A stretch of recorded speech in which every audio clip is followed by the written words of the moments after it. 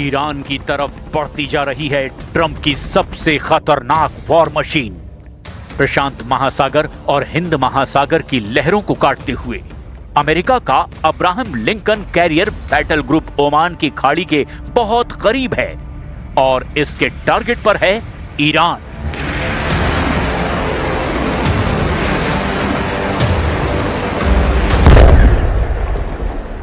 लेकिन ईरान के सर्वोच्च नेता अली खामनेई और उनके कमांडर अमेरिका की हर हरकत पर नजर रखे हुए हैं।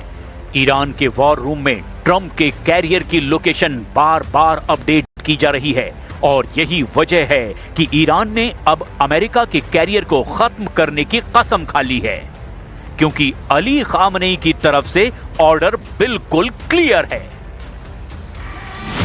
तेहरान के सबसे बड़े चौराहों में से एक मैदान इनकलाब पर यह पोस्टर देखिए। पोस्टर ईरान की राजधानी में लगा है, लेकिन मैसेज अमेरिका के व्हाइट हाउस को दिया गया है। यह पोस्टर अमेरिका के झंडे की शक्ल में डिजाइन किया गया है।